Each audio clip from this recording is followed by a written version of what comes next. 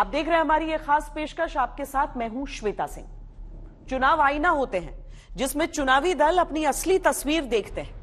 हाल ही में जो चुनाव हुए उसमें सनातन धर्म का मुद्दा प्रमुखता से सामने आया, जिसको लेकर बीजेपी ने गठबंधन इंडिया को जमकर घेरा। इस गठबंधन के सामने यह बड़ा सवाल रहेगा कि दक्षिण और उत्तर के नेताओं की राजनीति के बीच तालमेल कैसे बिठाया जाए। दक्षिण से धुआं उठेगा तो उत्तर के किले जलने से गठबंधन कैसे बचेगा।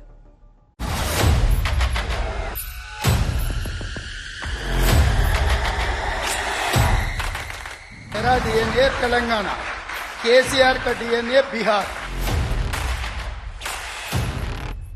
Bihar and Uttar Pradesh they are Kurmis. Bihar DNA से तेलंगाना डीएनए बेहतर है। तेलंगाना के नवनिर्वाचित मुख्यमंत्री और गठबंधन इंडिया के अहम दल कांग्रेस के नेता रेवंत रेड्डी के इस बयान पर भूचाल आ गया। बात दक्षिण में कही गई, लेकिन उत्तर तक सियासी धरती हिलने लगी। जो बिहार के डीएनए को लेकर जो वक्तव्य दिया है वो बहुत ही गैर जिम्मेदाराना, शर्मिंदगी भरा और देश की एकता को तोड़ने वाला है। ये क्या राज्यों के डीएनए की तुलना की जाएगी? तेलंगाना का अलग डीएनए है, बिहार का अलग डीएनए है, हिंदुस्तान का डीएनए है। इसलिए ऐसे सवाल जो समाज में विभाजनकारी नीतियां तय करते हैं, ऐसे पर रवैया जो भी उनका है बिल्कुल दुखद और ये पीड़ाजनक है। गठबंधन इंडिया के बिहार राज्य के नेताओं के लिए स्थिति असहज हुई तो बोलते कुछ खास बना नहीं। रेवंत रेड्डी का जो बयान आपने देखा है कि बिहारियों के डीएनए पर सवाल खड़ा कर रहे हैं, सुना नहीं है। उन्होंने कहा है कि डीएनए उनका बेहतर होता है दक्षिण भारत के लोगों का। जब तक कोई बात हम अच्छे से अपने आंखों से ना देख के, कानों से ना सुने, तब तक इस पे कोई टिप्पणी टिप्पणी करना ठीक नहीं है। गठबंधन में और भी कई ऐसे नेता हैं जिनके बयानों से न सिर्फ दूसरे साथियों के लिए मुश्किलें खड़ी हो जाती हैं, बल्कि बीजेपी को बड़ा मुद्दा भी बैठे बिठाए मिल जाता है। हम गौ को और गौ माता को और गौ माता के मूत्र को भी हम सम्मान करते हैं, पूजते हैं, मुझे इसका फक्र है। लेकिन सनातन को जो समाप्त करने की कोशिश करेगा वही समाप्त हो जाएगा। देश बर्दाश्त नहीं करेगा, और चाहे वो डीएमके हो या कोई भी हो, जो देश की आस्थाओं के साथ खिलवाड़ करेगा, देश की जनता इकट्ठा होकर उसको मुंहतोड़ जवाब जरूर देगी। गाय हमारी माता है और प्राचीन काल से, सनातन काल से हम सब गाय को पूजते आ रहे हैं। इस प्रकार की बयानबाजी कष्टकारी है, दुखद है और देश की जनता कभी से स्वीकार नहीं करेगी। विभाजनकारी नीतियों के साथ चलने वाले लोग 70 वर्ष से विभाजन कर रहे हैं, तो आज ये लोग सनातन और हिंदू को गाली देते थे, अब ये लोग भारत में रहने वाले लोगों को गाली दे रहे हैं, क्योंकि 3 राज्यों में कांग्रेस पार्टी की हार हुई है। तमिलनाडु में डीएमके सरकार है और कांग्रेस उसकी सहयोगी पार्टनर है। ऐसे में डीएमके नेताओं का कोई भी बयान कांग्रेस के लिए भारी पड़ता है। அமைச்சர் அண்ணன் திரு சேகர்பாபு அவர்களே, கழகத்துடைய சென்னை மேற்கு மாவட்ட கழக செயலாளர் சகோதரர் சிற்றரசு அவர்களே, எனக்கு முன்பு உரையாற்றிய சட்டமன்ற உறுப்பினர் மருத்துவர் சகோதரர் எழிலன் அவர்களே, சங்கத்துடைய தலைவர் அண்ணன் மதுக்கூர் ராமலிங்கம் அவர்களே, திரைக்கலைஞர் சகோதரி ரோகிணி அவர்களே, பொதுச் செயலாளர் திரு ஆதவன் தீட்சண்யா அவர்களே। भारतीय जनता पार्टी ने चुनावों में इसे मुद्दा बनाया, गठबंधन को जमकर घेरा, लेकिन कांग्रेस के लिए सनातन के मुद्दे पर सीधी चुनौती पेश की। इस सनातन ने हजारों वर्षों से भारत को जोड़े रखा है। ये लोग मिलकर अब उस सनातन को खंड खंड करना चाहते हैं। आज इन लोगों ने खुल करके बोलना शुरू किया है, खुल करके हमला करना शुरू करके दिया है।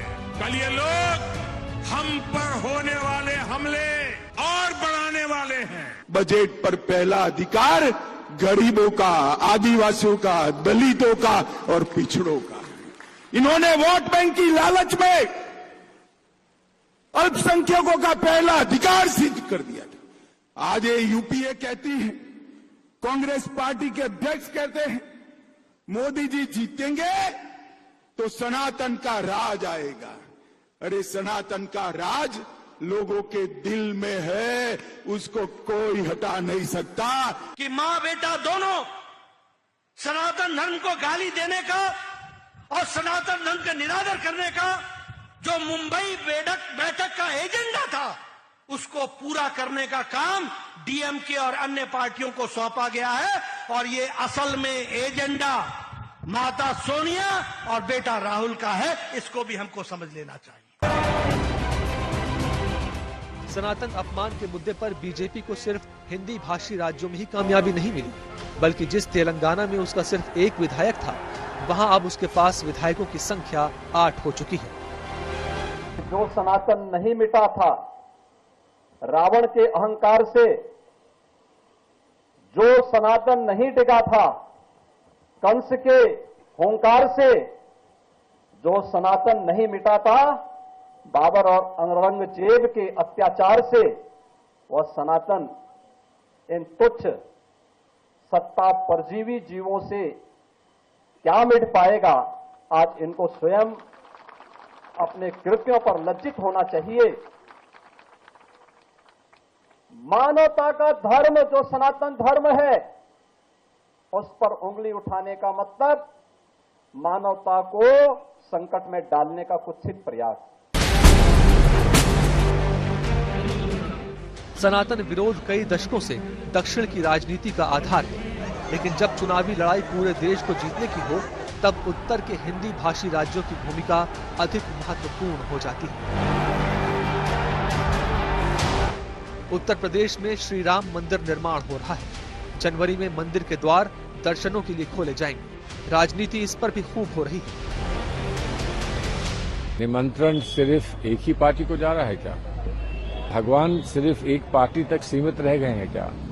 मोदी जी को आमंत्रित देने की जरूरत ही नहीं है ना, प्रधानमंत्री है, वो जाएंगे ही। इतना बड़ा इवेंट कौन छोड़ेगा भाई।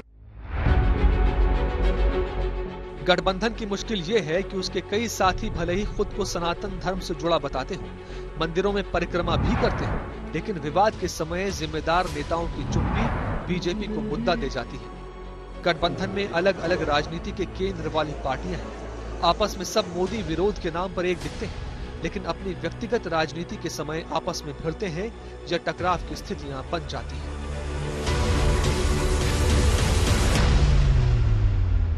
केवल आपसी तालमेल नहीं, बल्कि गठबंधन में उचित सम्मान भी एक बड़ा मुद्दा है।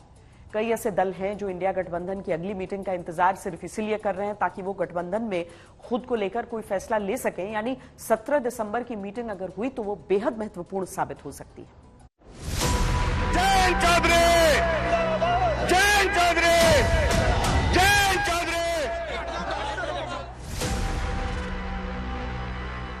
राष्ट्रीय लोकदल के दावों के अनुसार उनकी पार्टी लोकसभा चुनावों के लिए नए सिरे से रणनीति पर विचार कर रही है। इस विचार में यह भी शामिल है कि गठबंधन में रहना है या नहीं।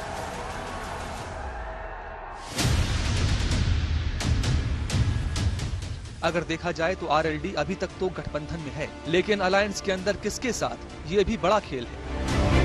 हाल ही में स्टालिन ने वीपी सिंह की प्रतिमा का अनावरण करने के लिए कांग्रेस की जगह अखिलेश यादव को निमंत्रण भेजा। उसी समय कांग्रेस ने तेलंगाना के चुनाव प्रचार में अपनी तरफ से जयंत चौधरी को उतार दिया। यानी गठबंधन के अंदर अंदर कितने और गठबंधन चल रहे हैं, ऐसे में ये बड़ा सवाल है। कांग्रेस की अभी 3 मुख्य हिंदी राज्यों में हार के बाद एक और परिस्थिति पैदा हुई है। अब इंडिया गठबंधन जो अभी कोशिश कर रहा है अपनी पहली मीटिंग इन चुनावों के बाद करने की, उनको इस स्थिति से भी निपटना है। क्या कांग्रेस का वर्चस्व कम होगा? क्या क्षेत्रीय क्षत्रप जो हैं वो अपनी बार्गेनिंग पावर बढ़ाएंगे और कांग्रेस को थोड़ा दरकिनार करने की कोशिश करेंगे? इन सब सवालों के जवाब जब तक नहीं आते और इंडिया गठबंधन जब तक फाइनल शेप नहीं लेता, ये कहना बड़ा मुश्किल होगा कि कितनी ज्यादा कांटे की या टक्कर दे सकते हैं। जयंत चौधरी पहले भी गठबंधन इंडिया की बैठक में नहीं आए और अब भी उनका रुख लगातार अलायंस के लिए चुनौतियां पेश कर रहा है। इसी तरह से झारखंड है। नीतीश, ममता, अखिलेश नहीं तो झारखंड से हेमंत सोरेन ने भी न आकर गठबंधन की चिंताएं बढ़ा दी। इधर अभी व्यवस्था है, हमारी बात हुई थी खड़गे साहब से और देखते हैं।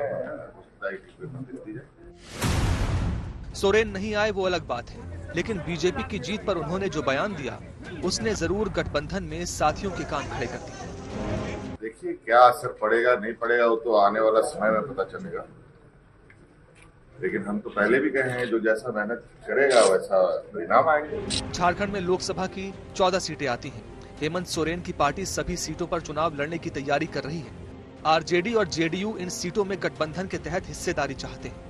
कांग्रेस की भी अपनी अलग मांग है और वाम मोर्चा कम से कम हजारीबाग सीट पर अपनी दावेदारी चाहता है। यानी तस्वीर साफ है, एनडीए सभी सीटों पर लड़ेगा, जबकि गठबंधन में रार छिड़ी है। हेमंत सोरेन इस स्थिति को लेकर असहज महसूस कर रहे हैं, जो आने वाले दिनों में गठबंधन के लिए कठिन चुनौती पेश कर सकता है।